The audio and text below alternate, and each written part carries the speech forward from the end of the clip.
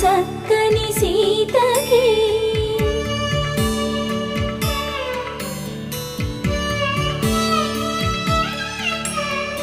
ఎర్ర జాబిలి చేయి